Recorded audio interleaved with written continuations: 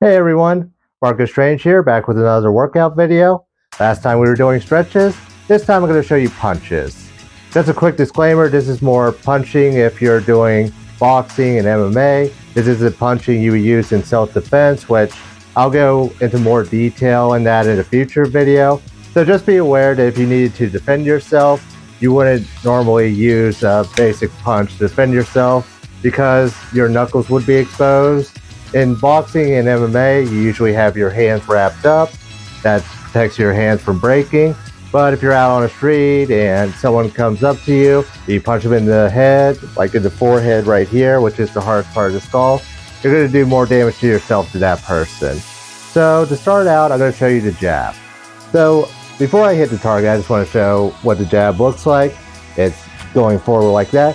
And I also want to point out that when you're doing a punch, you want to use your whole body like that. If I use my arm like this, not only am I limiting how far I can go, but there's a clear difference between the energy in this and this. But this is what it looks like when I'm hitting a target. But one of the reasons people use jabs isn't just to hit the target in the head, which usually jabs are headshots. You don't normally see people jab in the chest or anything like that. But it's also good to show the distance. So if I'm really far away, for example, like the target's right there, I need to get closer. So into a little bit, and now I'm there, which leads to the second punch, the straight. This is going to be the back arm. So you start with the jab. Might do one, or you could do two. I'll do that again. Notice that I'm also turning my fist. This is also called rifling because, like a bullet in a rifle, you see it rotating. That gives it more power. So you see again. So like I said, some people will throw a jab and a straight. Other people will just throw the straight instead. It's a preference thing. You just have to figure out what works better for you. And that also leads to the stance thing I want to talk about real quick. So, for those that don't know, I'm naturally right-handed. But for most boxers, if they're right-handed, they would stand in an orthodox stance like this with their left hand because their strong hand is their right hand. But because I feel more comfortable with this stance, I go this way. Like I said, it's a preference thing. Some people will like this, other people won't.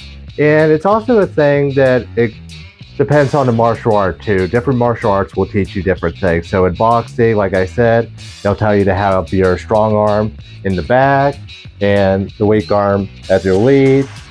In one other one I know off the top of my head, Jeet Kune Do, is the opposite. Bruce Lee said you should keep your strong arm in front and lead with it. And in Taekwondo, what I practice, we don't normally punch, but in terms of stances, we're trained to use our left and right side. So there isn't really, I do have a preference when sparring, but it's also one of those things that if I can't use my preferred side, I could use the other too. So the next punch I want to go over is a hook. A hook is like this. You turn your whole body with it. Like I said, if I did this, that's going to limit the amount of force I could do. But if I turn my hips with it, you can see I'm going further through. That's the point of a punch. You don't want to hit the target like this. You want to hit through it. So pretend that instead of hitting right where this target is, I'm trying to hit this spot. So I have to hit through here.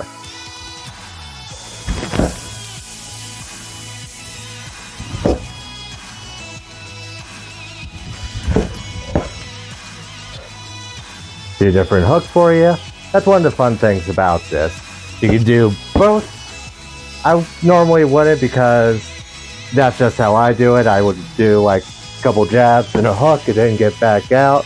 Unless the guy was dazed, and I would try to do more punches on him before I got back out. Like I said, preference thing. That's the biggest thing you have to learn about these videos. When you're sparring, the way you do it, it's not a thing where it's a one-size-fits-all. Everyone's going to have a different preference. Everyone's going to feel a different way of doing things, and it's okay. You just have to learn what way works for you. The next punch I'm going to go over is an uppercut. It's pretty simple. Just go in like this. Basically the same thing as the hook. You go through the target, not hit the target exactly. And use your whole body, not just your arm. You can see how little I'm doing compared to that. This is also like the hook, you can do. But yeah, that's the basics of punches. Like I said, most of these are going to be a preference thing. Some people will rely a lot on the jab. Those people are usually the ones in boxing matches that win by points because they're getting more punches in.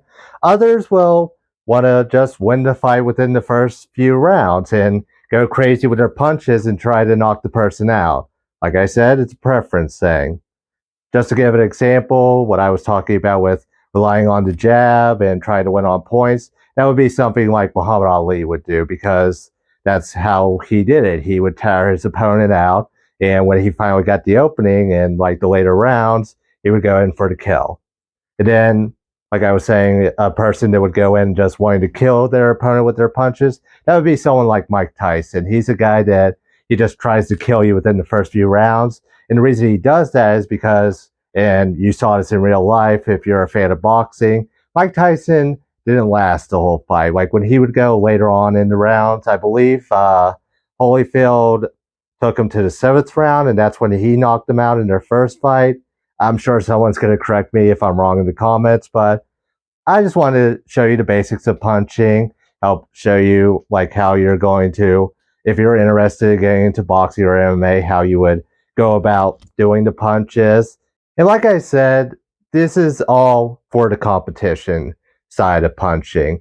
I will do a video later on about self-defense moves to do, because like I said, if you're out on the street, chances are your hands are going to be wrapped up.